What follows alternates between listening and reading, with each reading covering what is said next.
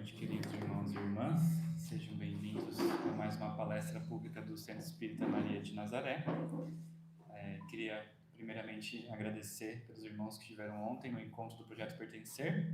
E lembrando que, semana que vem, às 20 horas, teremos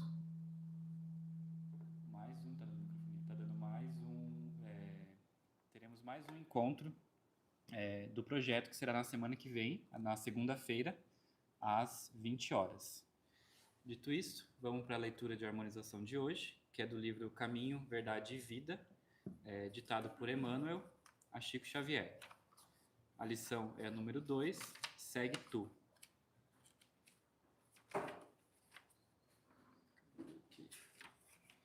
Segue-me tu. Disse-lhe Jesus: se eu quero que ele fique até que eu venha, que te importa a ti? Segue-me tu. João, capítulo 21, versículo 22. Nas comunidades de trabalho cristão, muitas vezes observamos companheiros altamente preocupados com a tarefa conferida a outros irmãos de luta. É justo examinar, entretanto, como se elevaria o mundo se cada homem cuidasse de sua parte, nos deveres comuns com perfeição e sinceridade. Algum de nossos amigos foi convocado para obrigações diferentes? Confortemo-lo com a legítima compreensão. Às vezes surge um deles, modificado ao nosso olhar. Há cooperadores que o acusam. Muitos o consideram portador de perigosas tentações. Movimentam-se comentários e julgamentos à pressa. Quem penetrará, porém, o campo das causas? Estaríamos na elevada condição daquele que pode analisar um acontecimento através de todos os ângulos? Talvez o que pareça queda ou defeito pode constituir novas resoluções de Jesus relativamente à redenção do amigo que parece agora distante. O bom pastor permanece vigilante. Prometeu que das ovelhas que o Pai lhe confiou, nenhuma se perderá. Convém, desse modo, atendermos com perfeição aos deveres que nos foram deferidos. Cada qual necessita compreender e conhecer as obrigações que lhe são próprias. Nesse padrão de conhecimento e atitude, há sempre muito trabalho nobre a se realizar. Se o irmão parece desviado aos teus olhos mortais, faze o possível por ouvir as palavras de Jesus ao pescador de Cafarnaum. Que te importa a ti? Segue-me tu. Que assim seja.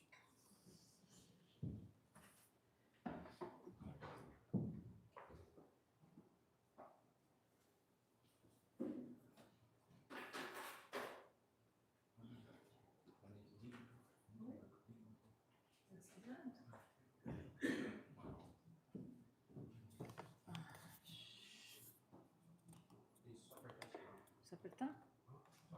Aí, foi. Boa noite, irmãos. Vamos, então, fazer a nossa prece. Convido a todos nesse instante para que já possamos ir serenando os nossos pensamentos, o nosso coração, e já vamos sentindo a presença do Mestre Jesus, que envolve a todos nós com o teu amor, com a tua luz. E assim, Mestre, nós agradecemos, Senhor, por mais esse momento de aqui poder estarmos reunidos em teu nome, para mais um estudo do teu Evangelho. E rogamos, Mestre, ilumina os nossos corações, a nossa mente, para que nós possamos absorver a mensagem de hoje.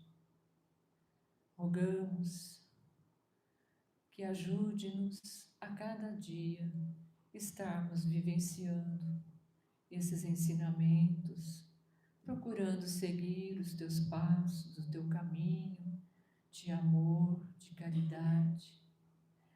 Que possamos, Jesus, a cada momento, estarmos sempre buscando a Ti, e que a Tua presença possa estar sempre acalentando os nossos corações.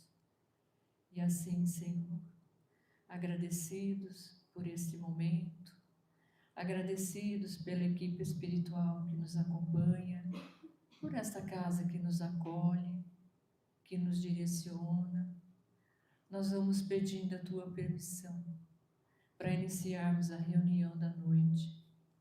E vamos também rogando que esses espíritos amigos já possam estar envolvendo nosso irmão palestrante, que ele já esteja sendo intuído, inspirado, para que possa nos trazer a Tua mensagem de amor, de reconforto.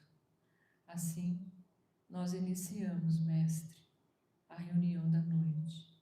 Sê conosco, hoje e sempre, que assim seja.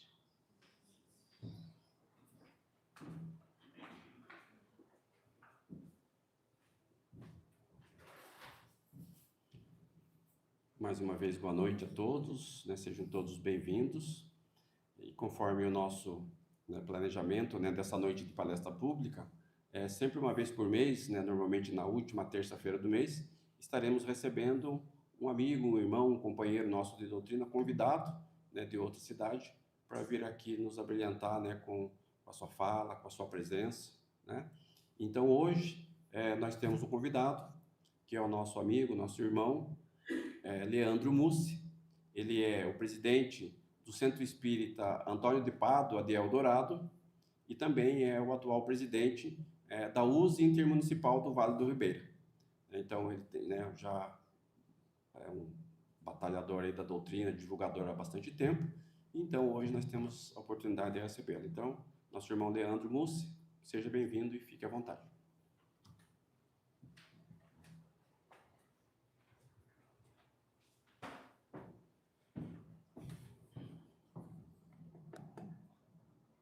Boa noite a todos.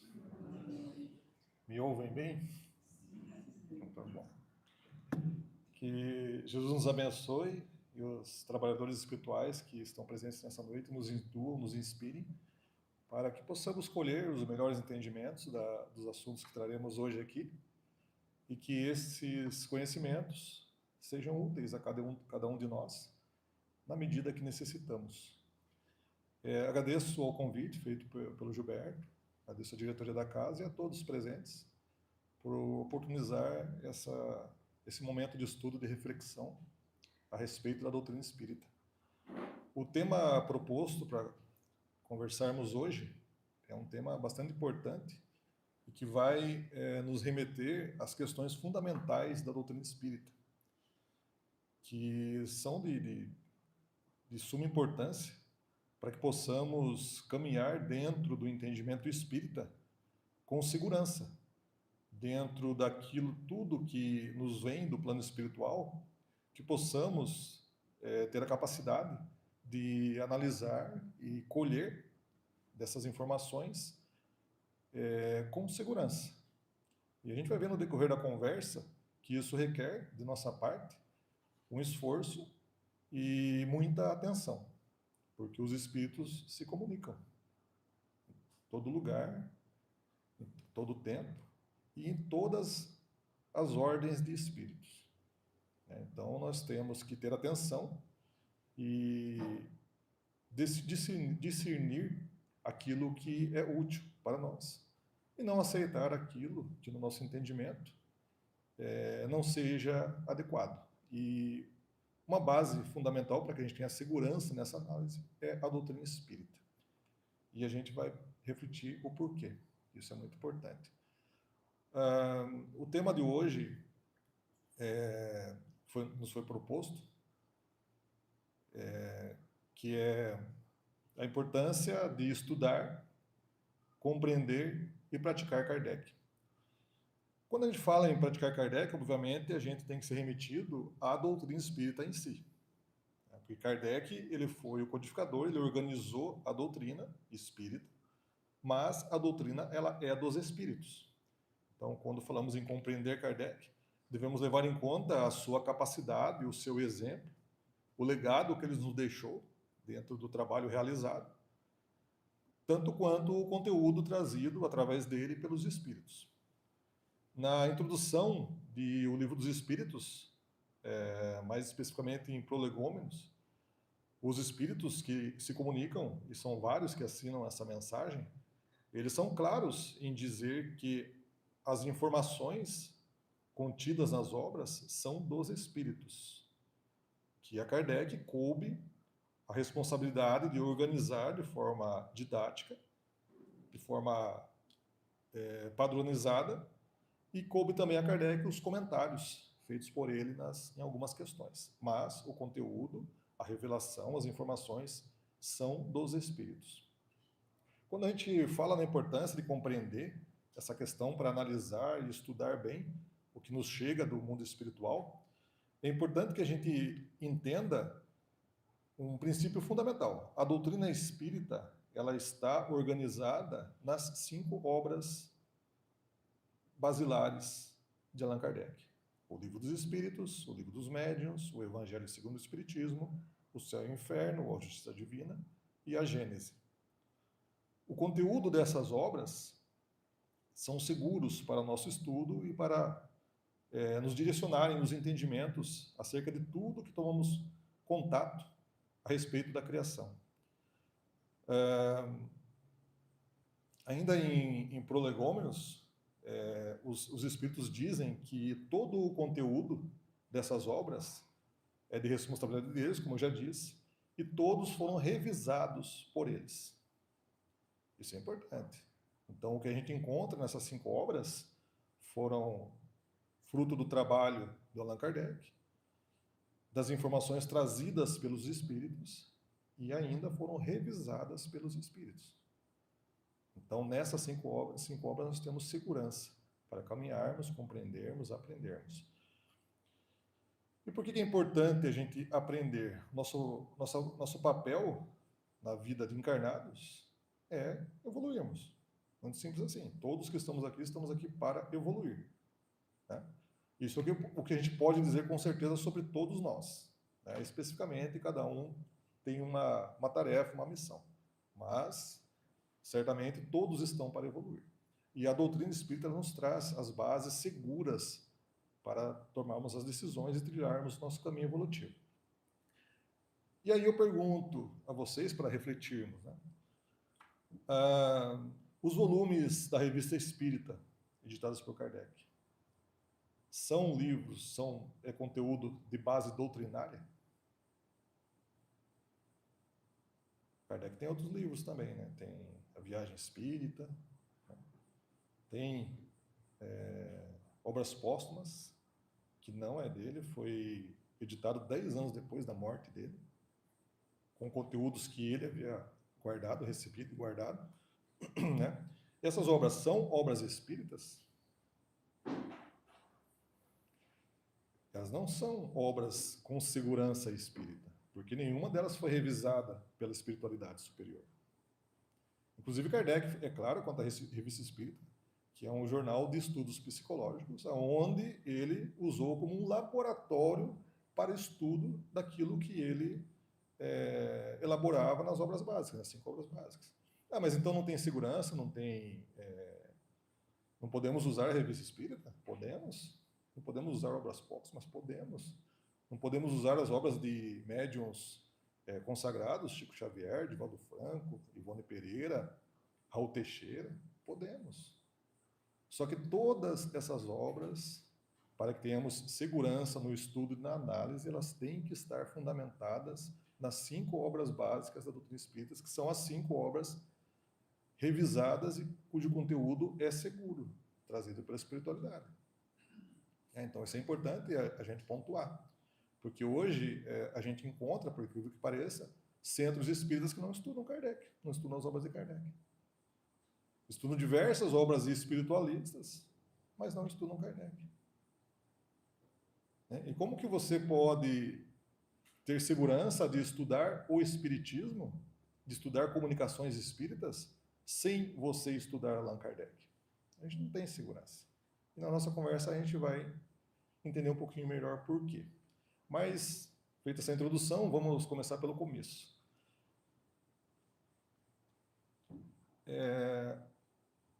Numa ocasião, após uma refeição feita, uma refeição ficou conhecida como a última ceia. Após Judas ter deixado o grupo e Jesus haver dito aos discípulos que em breve ele precisaria partir, os discípulos, tomados de espanto daquela fala do mestre, né, o questionaram sobre isso, quando seria isso, como seria isso, né? E ele respondeu: não turbem os vossos corações. Se guardarem os meus mandamentos, eu rogarei ao Pai, e ele enviará um outro Consolador, que ficará para sempre convosco. Lhes lembrará tudo o que eu disse e ensinei, e ensinará coisas novas. Nesse momento, nós recebemos a primeira notícia da doutrina espírita. Nesse momento, né? Alguns de nós aqui somos bastante organizados no nosso dia a dia, né? Mas não tenho dúvida, não somos ainda tão organizados quanto a espiritualidade superior, né? Há 1.800 anos antes da revelação da doutrina espírita, eles já tinham tudo planejado, tudo organizado, né? Tudo estabelecido, conteúdo, tudo cronometrado, tudo, né, prontinho, para vir no momento certo. Era 1.800 anos depois, eles sabiam? Não, não sabiam. Porque o tempo da espiritualidade não é cronológico, o tempo da espiritualidade é o tempo do espírito. Então, no momento em que a humanidade encontrasse e conquistasse a maturidade necessária, viria, né? E isso aconteceu em 1857, né?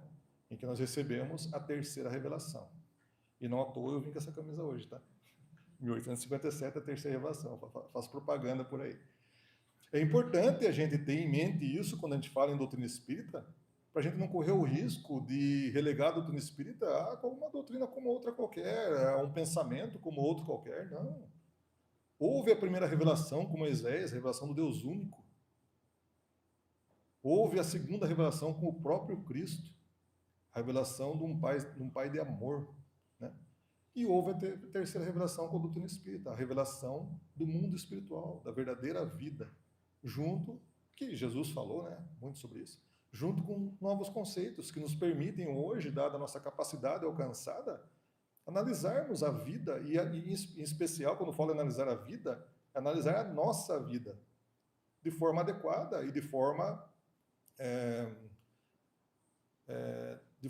útil, né? Que possamos colher desses ensinamentos coisas que são úteis para nossas decisões do dia a dia, né? Porque a aquisição de conhecimento não é para eu dizer para o outro o que ele deve e o que não deve fazer, não é para eu dizer quem está certo e quem está errado, é para mim, sempre para mim. Aliás, uma coisa que já é comprovada, né? A gente não muda ninguém, né? Eu não mudo ninguém. O máximo que eu posso fazer por alguém é, através do meu exemplo, da minha conduta, despertar na pessoa, da minha conduta correta, lógico, né? Despertar na pessoa ou inspirar aquela pessoa a se observar. E ela sozinha, se tem uma conduta indevida, ela sozinha vai descobrir que aquele caminho está errado, que ela deve mudar, né?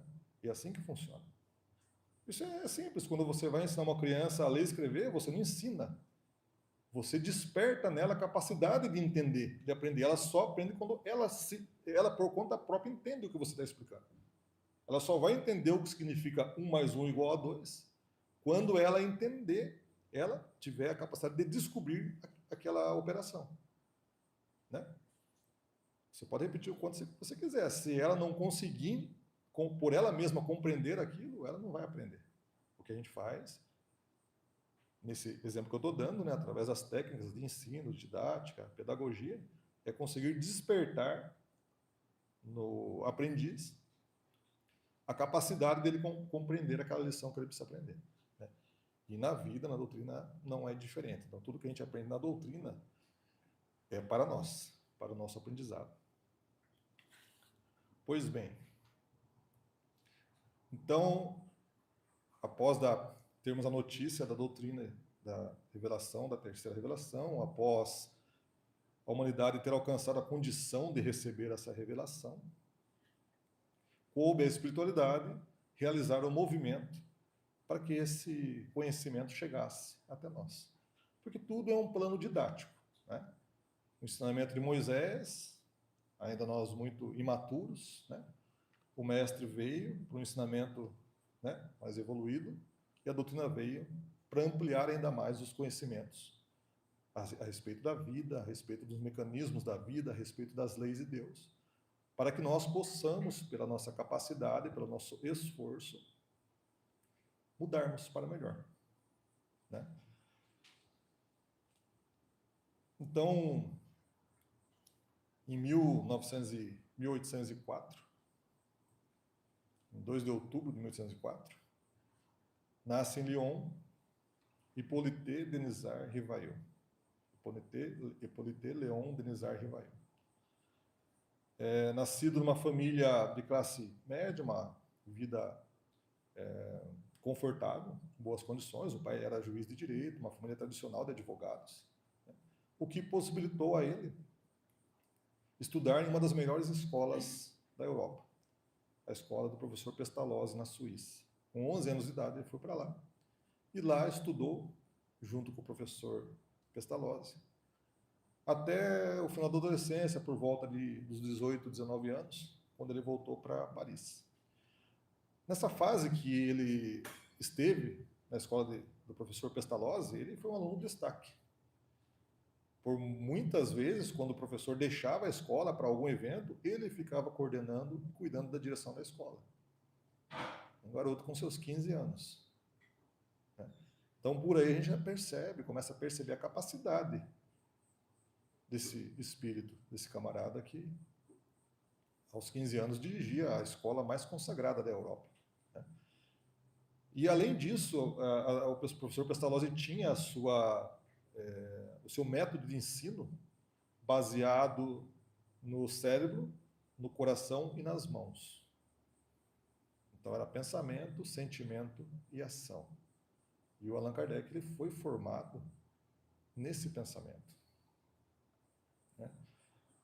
E de volta à França, ele não poderia ser diferente, seguiu na carreira de professor, de pedagogo, editou diversos livros, foi responsável pela formulação de diversos métodos de ensino na França. Um estudioso, um professor consagrado, fazia parte de diversos grupos de estudos científicos, né? E assim ele foi se formando, foi se preparando para uma missão que ele ainda não imaginava que viria.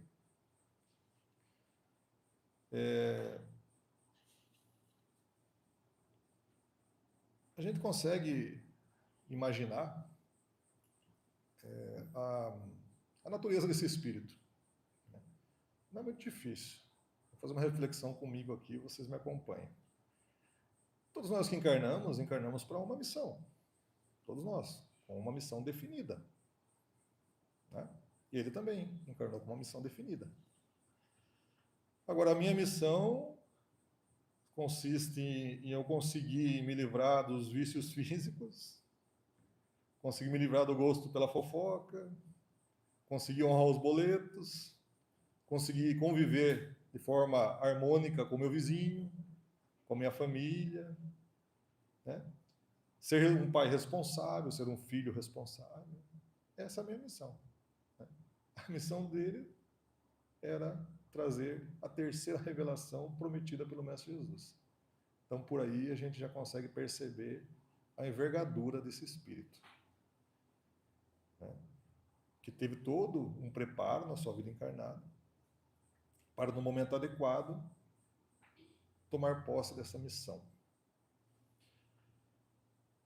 Quando a gente pensa e reflete sobre a doutrina espírita, a importância da doutrina espírita, a gente precisa sempre compreender que na nossa vida, aqui encarnados, como desencarnado também, a gente vive uma vida de relação com as pessoas, relação com a natureza, relação com a vida.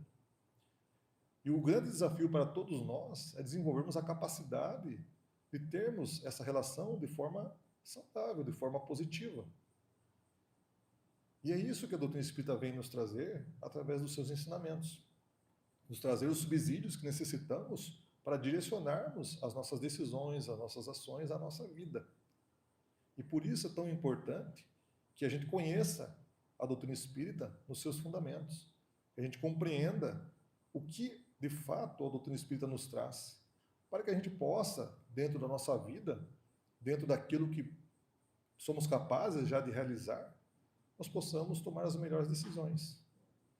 E dessa forma, a gente ir moldando o nosso ser para melhor sempre.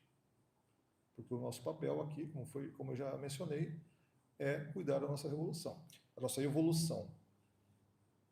Kardec tem uma frase muito famosa, né? Reconhece-se o verdadeiro espírita pelo esforço que empreende para domar suas más inclinações. Então, esse é o verdadeiro espírita. Não é quem vai no centro, não é quem lê livro espírita, não é nem quem lê Kardec. Veja que interessante, né? Não precisa nem estar no espiritismo, pode estar em qualquer religião, desde que se esforce para domar as suas más tendências, está no caminho correto, né? Na doutrina espírita, a gente vai encontrar... Deixa eu ficar de olho no relógio, senão eu vou longe. Tem um relógio ali. Até 10 horas, né, Gilberto? Você falou? 10h15. Tá. 10h15? Tá. Ele falou que não tem lanche hoje. A doutrina espírita, ela está assentada sobre 5 pilares. Né? Nós chamamos assim, 5 pilares do espiritismo. E por que 5 pilares? São 5 pilares porque sem um desses conceitos, a doutrina espírita não se sustenta. É importante a gente compreender esses conceitos, porque a partir dessa compreensão é que a gente, ao estudar, por exemplo, o Evangelho segundo o Espiritismo, a gente vai conseguir compreender com a maior profundidade que a cada um de nós seja possível. Muitas dúvidas nossas são sanadas quando estudamos um texto com base nos preceitos fundamentais da doutrina. O primeiro pilar não há uma ordem específica, nem há porquê, né? Nós vamos colocar como primeiro pilar a existência de Deus. Agora, o Deus que a doutrina espírita nos trouxe, nos revelou, é um Deus diferente daquele Deus que conhecíamos até então, aquele Deus que outros conceitos religiosos apresentam. Quando perguntado a espiritualidade superior, que é Deus, a gente sempre comenta isso, né? A questão da pergunta, que é Deus? Né? Não foi perguntado quem é Deus, né? Que é Deus, né? No sentido de que, não conhecendo, ele pode ser qualquer coisa, né? E aí a resposta foi ainda mais interessante, né? Inteligência suprema, causa primária de todas as coisas. Nossa, eu estava esperando que falasse que o Pai, é um senhorzinho, né? Mas não, é uma inteligência suprema, causa primária de todas as coisas. Ficamos no escuro ainda, né? Não deu para entender quem é Deus, né? Porque o Deus que nós conhecíamos, né? Vindo lá de trás do Velho Testamento, foi talvez deduzido daquele início, né? E Deus fez o homem à sua semelhança. E aí nós invertemos, né? Fizemos Deus à nossa semelhança. Bom, se Deus me fez a semelhança dele, então ele é igual a mim. Que inversão de valor, né? Ele é igual a mim, a dedução, né? Mas tudo bem, né? Estávamos lá atrás ainda. Ele é igual a mim, tá? Então ele tem 2 braços, tem 2 pernas, né? Podia ser deficiente, né? Mas não, né? Tem que ter 2 braços, tem que ter 2 pernas, né? É um homem, mulher não, né? Se ele criou tudo, então ele é um velhinho, né? Tá velho já, né? Quanto tempo que tudo foi criado, né? Então, se ele é um velho de respeito, tem uma barba branca, né? Então, foi esse Deus que nós construímos. Nós transformamos o Criador numa imagem nossa, né? Só que aí na doutrina, ela não fala nada disso. Ela vai dizer inteligência suprema. Não há nada, nem ninguém mais inteligente que ele. E nem haverá. E causa primária de todas as coisas. Ele é o princípio de tudo. Ele criou tudo. Mas como que é ele, meu Deus? Quando eu coloco as coisas na mão de Deus, como? Deus tem mão? Não tem mão. Quando eu falo com Deus, ele me escuta, ele tem ouvido? Não tem. Quando Deus fala comigo, ele tem boca? Ele fala? Não fala. Por isso que o conceito de Deus que a doutrina nos trouxe já é um conceito diferente. Precisamos refletir sobre isso. Então, se Deus não tem boca, não tem ouvido, como é que eu falo com ele? Como é que ele me escuta? Como é que eu ouço ele? Há uma questão no Livro dos Espíritos em que Kardec pergunta à espiritualidade se nós homens, a humanidade, né, no sentido de humanidade, se nós já podemos compreender Deus. E os espíritos respondem, não. Falta-lhes ainda um sentido. Então nós temos tato, olfato, paladar, audição, visão, 5 sentidos. Falta um ainda para a gente compreender Deus. Né? É o sexto? Não sei, eles falaram que falta um. Não sei se é o sexto, pode ser o oitavo, o nono, não sabemos, né? A evolução é infinita, né? Mas o fato é que nós ainda não temos capacidade de compreender verdadeiramente Deus. Talvez porque Deus não fale, não escute, só sinta.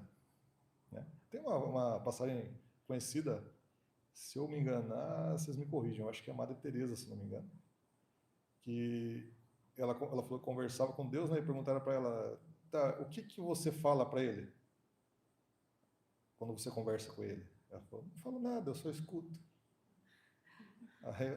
E o que ele fala para você que você escuta? Não, ele não fala nada, ele só escuta também.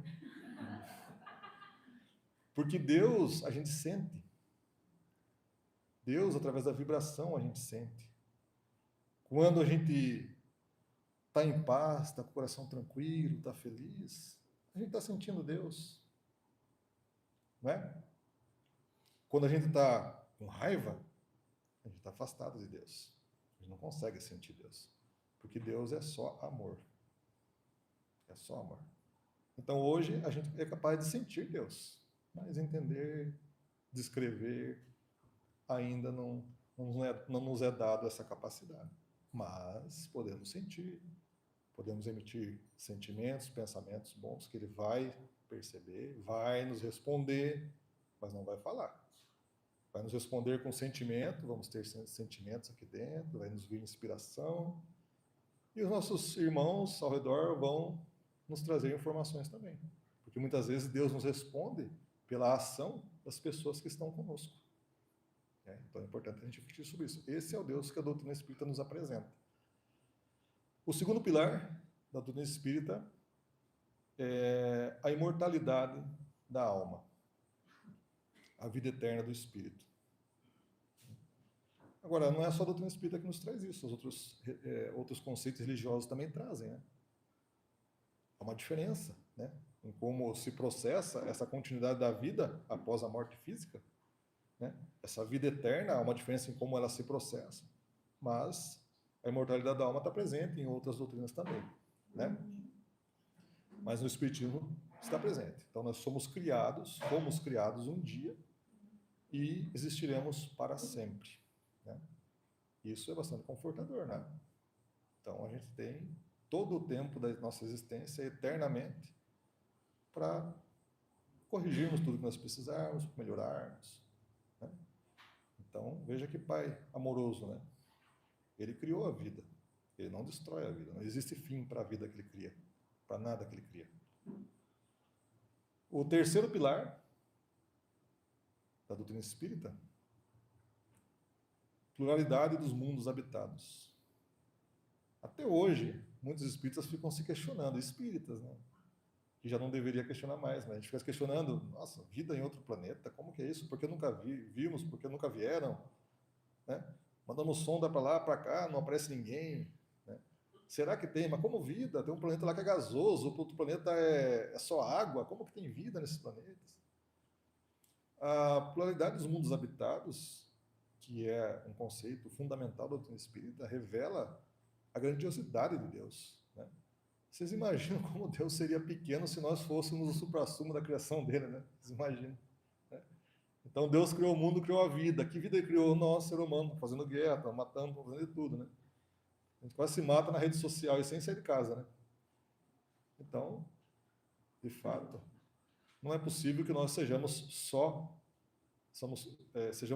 as únicas criações de Deus. Né?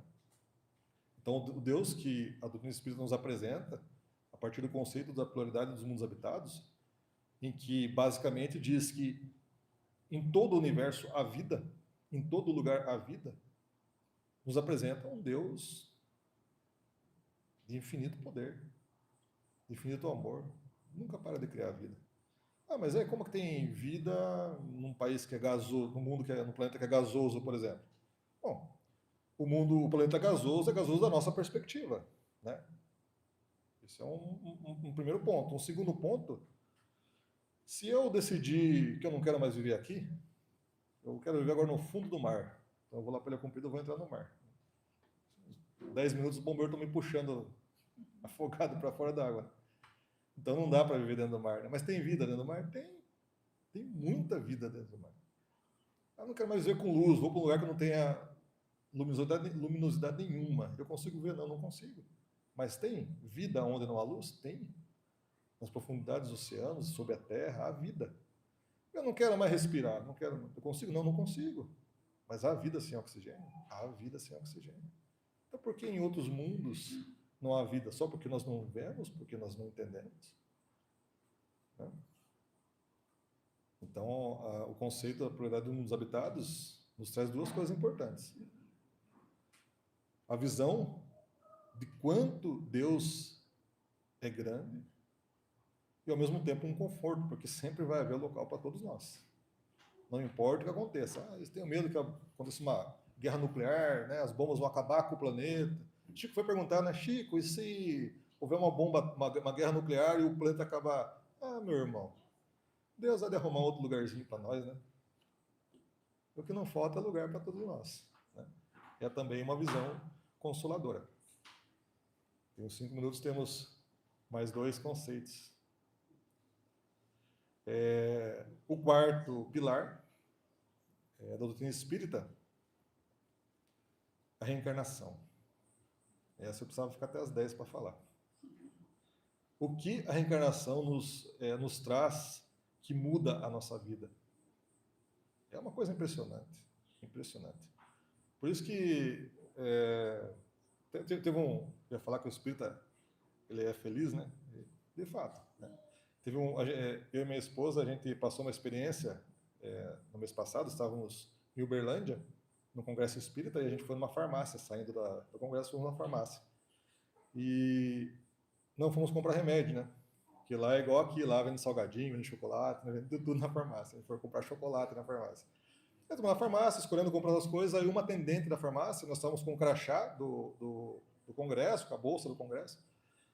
Aí uma moça da farmácia nos abordou e falou assim, escuta, o que vocês fazem para serem tão felizes assim? Porque todo mundo que vem aqui, desse congresso que vocês estão tendo, todo mundo é feliz, todo mundo dá risada, conversa com a gente, educado, abraça a gente. Né? A gente não vamos entrar, se deixar, se eu entrava numa palestra ali já, né? Mas, né? Me contive, né? A gente falou, é assim que a gente aprende na doutrina. A gente aprende a amar todos, como Jesus amou. Ele é nosso exemplo, a gente tenta ser como ele. Né? Talvez seja isso. Mas procure o centro, procure conhecer, né? Falamos para não, eu estou interessado. Então. Mas quando a gente, o que eu quero dizer? Quando a gente vive a doutrina espírita verdadeiramente, não tem como a gente se desesperar na vida. Os momentos mais difíceis, a doutrina nos traz informação, nos traz consolo, nos faz compreender.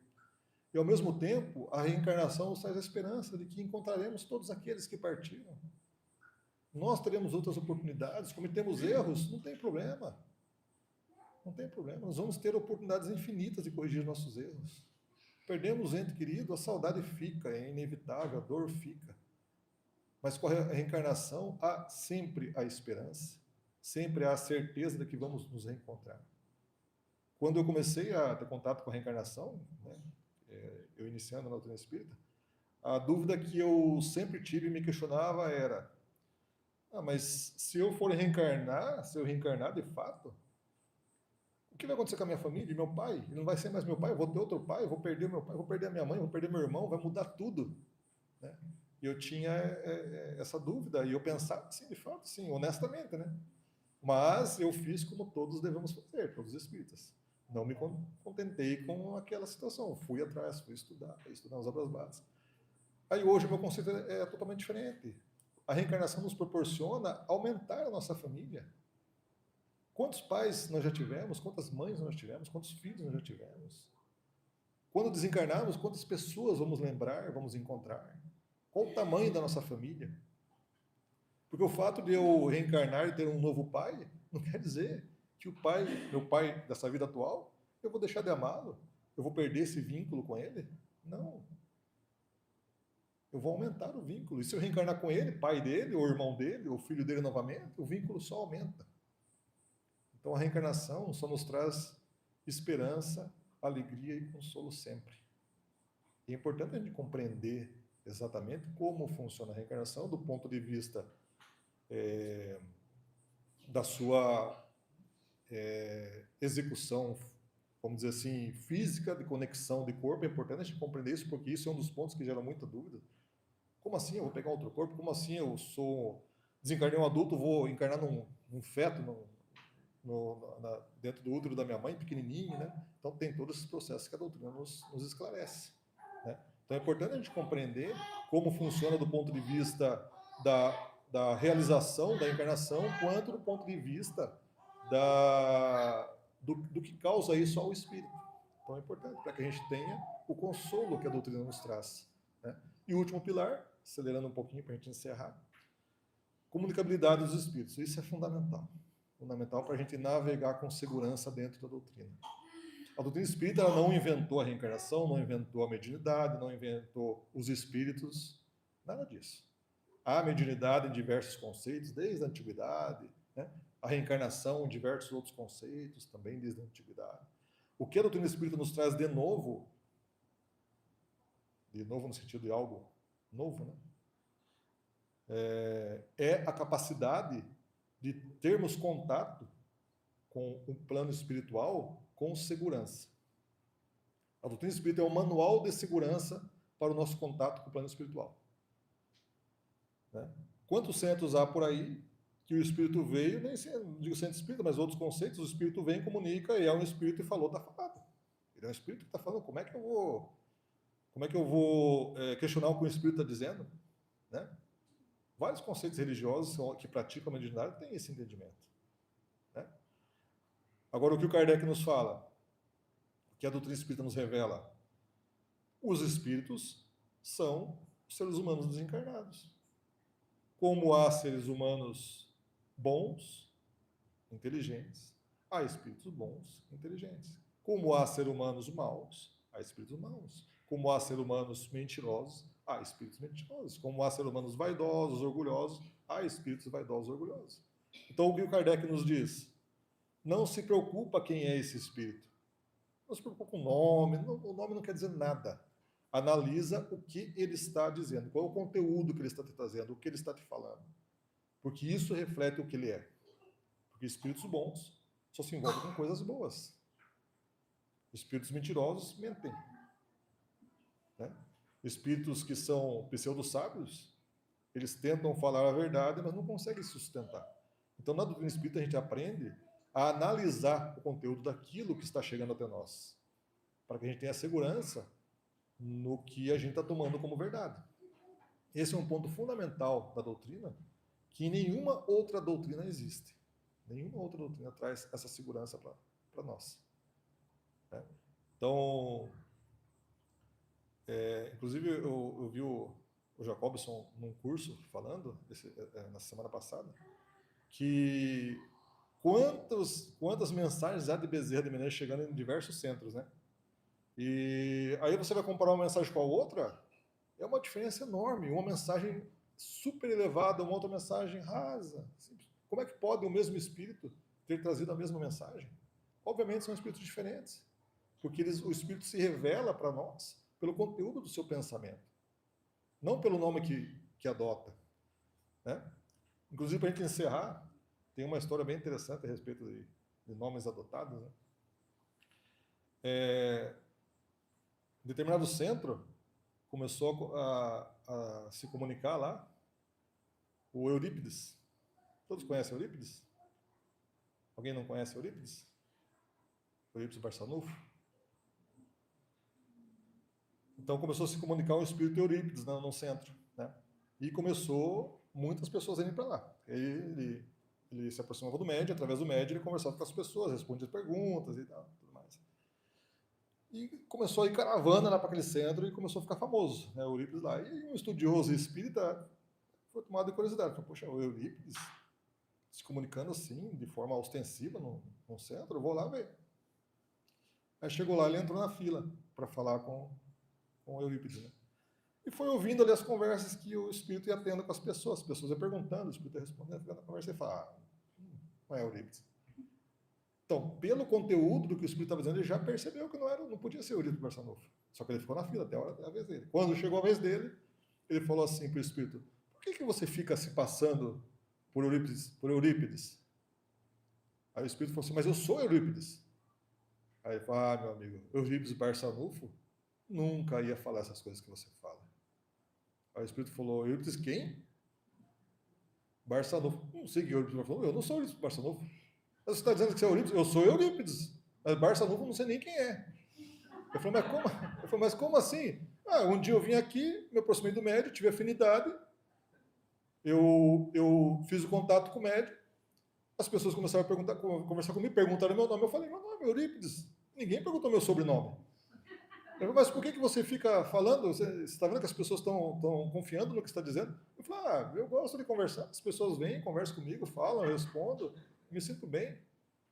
Então vocês vejam como que é a coisa. Né? Só a doutrina espírita consegue nos dar a segurança de não sermos enganados. Até na semana passada, no estudo mediúnico, na nossa casa lá, foi perguntado assim, né? Se vem um espírito, já passei do horário, é minha marca, nós vamos encerrar. Se o espírito chegar aqui, na nossa reunião mediúnica, e falar que é Bezerra de Menezes, a gente pode questionar ele? Deve questionar? Aí alguns, não pode. Pode, tem que questionar sim. Você não precisa ficar perguntando, né, agredindo ele com perguntas, né? É você, não é você, me dê uma prova, não é assim? Mas faz uma pergunta para ele, né? Uma pergunta que exige uma resposta elevada, né? Doutor Bezerra, nos dá uma mensagem de esperança nesse momento de transição em que o mundo está atravessando guerras, as pessoas estão tendo dificuldades em manter o amor, a fraternidade. Nos traz uma mensagem de esperança. A mensagem que eu trouxer, você já mata. Porque a mensagem que o Espírito Superior traz, ela vai ser superior. Né? Agora, se for o Dr. Bezerra mesmo, ele vai trazer uma mensagem superior, você vai perceber, e não tenha dúvida que ele não vai ficar nem um pouquinho ofendido de você ter duvidado dele, porque ele vai saber que você duvidou, né?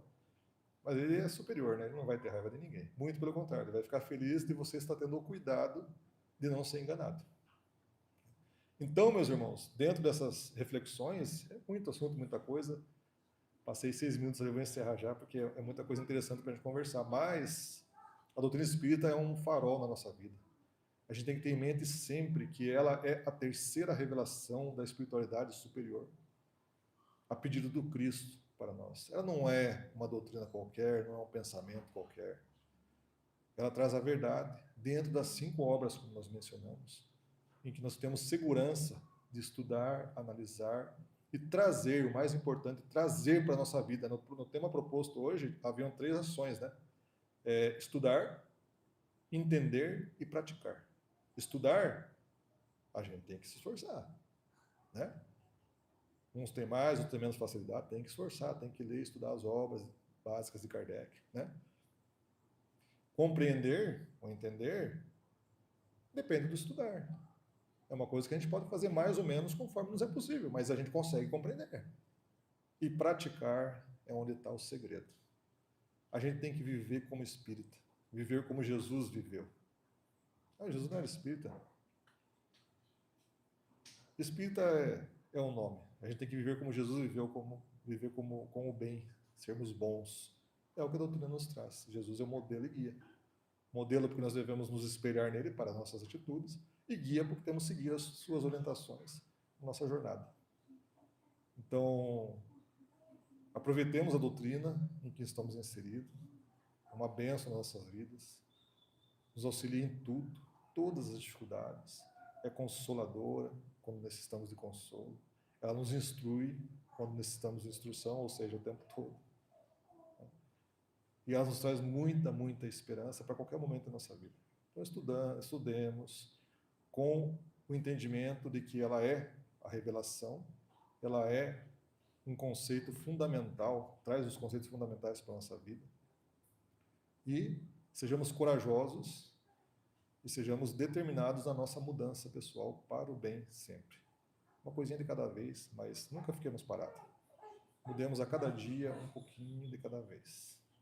Muito obrigado a todos pela atenção. Desculpe por exceder o horário, me perdoem. É a primeira vez que eu venho aqui. Né? Tendo outra, prometo que eu vou ser mais comedido no horário, mas acho que eu estou empolgado de vir. Primeira vez falando, né? Já estive aqui já no evento da família da USE, né? Muita alegria, foi um dia muito bom, né? Mas falando foi a primeira vez. E fiquei muito feliz. Obrigado a todos pela noite. Jesus nos abençoe a todos. Obrigado, Gilberto, Luiz, Regina, a todos. Deus nos abençoe.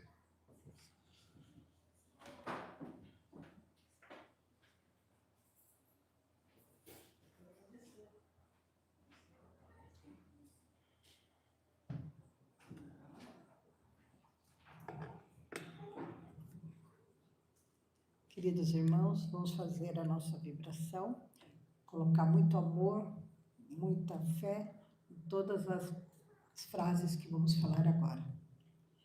Então, em vibração, em tranquila serenidade, confiante no Divino Mestre, abramos nossos corações e vibrações de amor, paz e reconforto por todos aqueles que sofrem, tanto encarnados e desencarnados. Vibremos pela paz do mundo, pelos enfermos, encarnados e moribundos, pelos sofredores, desencarnados na crosta, no umbral e nas trevas, pelos desesperados e suicidas, pelas crianças, jovens e idosos que sofrem, pelos nossos parentes, amigos e aqueles que porventura tenhamos ofendido, aos nomes das pessoas anotadas no livro de oração, pelos trabalhadores do bem, por nossos lares, por nós mesmos, pela confraternização religiosa, pela expansão do Evangelho como norma de conduta para toda a humanidade e por esta casa que nos acolhe e seus benfeitores espirituais. Que assim seja, graças a Deus.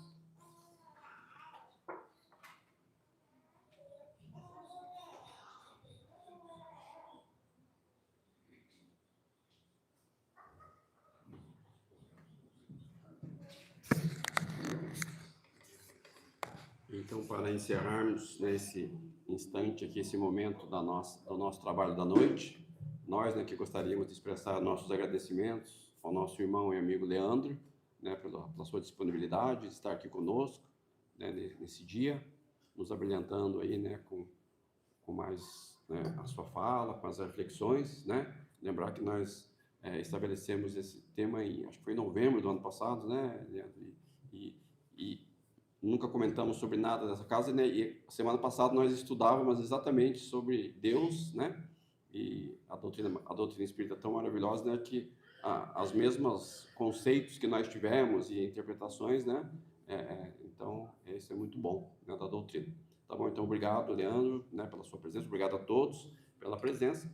Para encerrarmos esse instante, gostaria de convidar todos os irmãos para que possamos conversar com Deus, né, como falou nosso irmão Leandro, lembrando que a força maior da nossa conversa com Deus é o nosso pensamento e o nosso sentimento.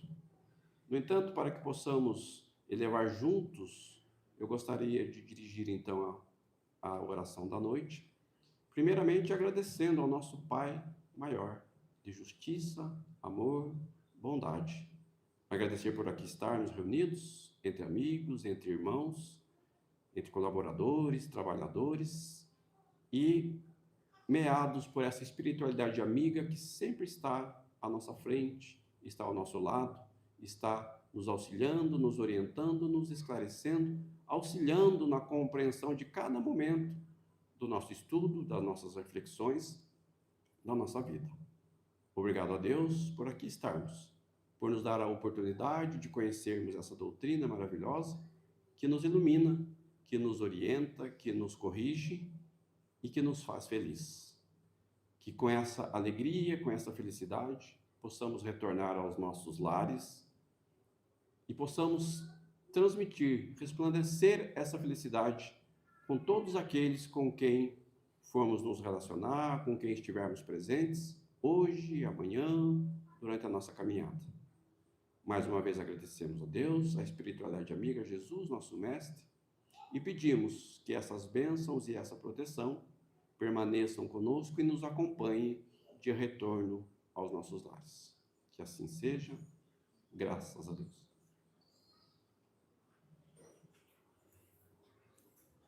Agora vamos para o passe, né? Aqueles que se sentirem à vontade para receber o passe, já anunciando que a semana que vem o palestrante é de Ponta Grossa, né, dona